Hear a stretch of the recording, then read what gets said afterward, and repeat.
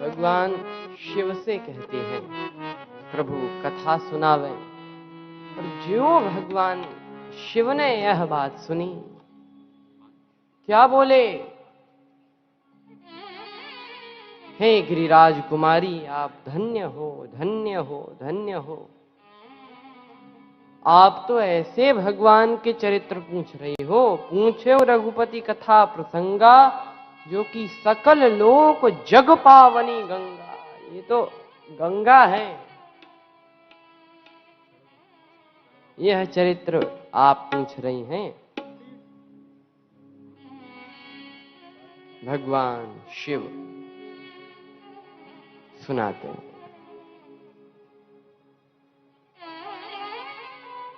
सबसे पहले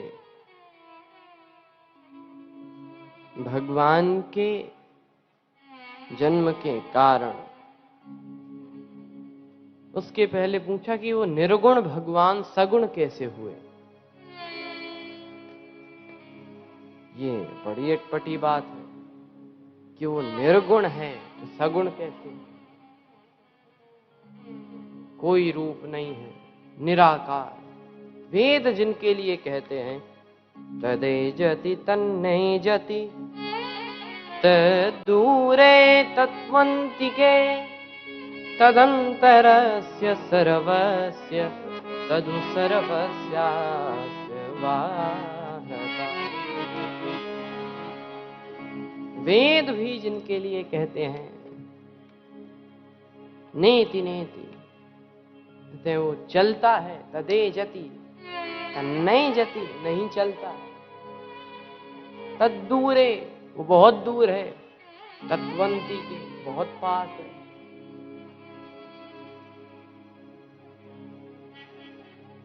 ऐसे भगवान जो कि कण कण में व्याप्त हैं, घट घट साई रम रहा, सूनी सेज न को।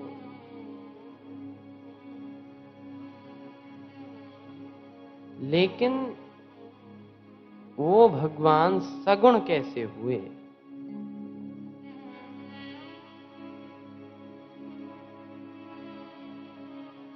देखो,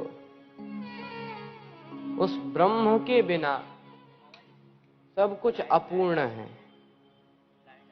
अगर पूर्ण है तो ब्रह्म के ही कारण, वरना तो अपूर्ण है। तो वो कैसे सगुण हुआ? तो एक बड़ा सुंदर उदाहरण दिया गया कि जैसे जल है, पानी, पानी का कौन सा आकार है?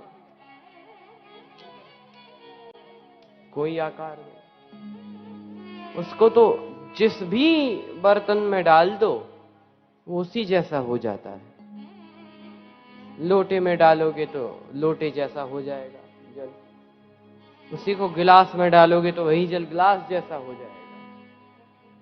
फिर उसी को कटोरे में डाल दो, वो तो जिस जहां भी डाल दो वो वैसे ही हो जाएगा।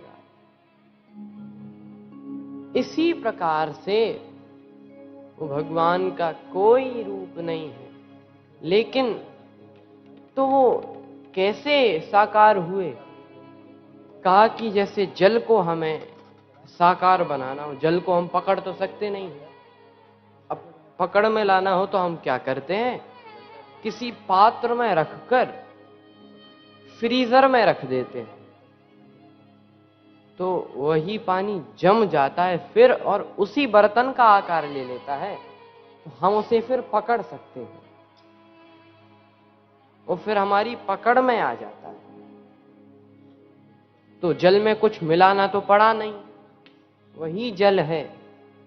इसी प्रकार से वो भगवान है तो निराकार, लेकिन जब कोई भक्त अपने भक्ति की कटोरी में उस भगवान को रखकर, भक्ति की श्रद्धा की कटोरी में रखकर और प्रेम रूपी फ्रीजर में रख देता है, तो वही निराकार भगवान साकार बन जाता है।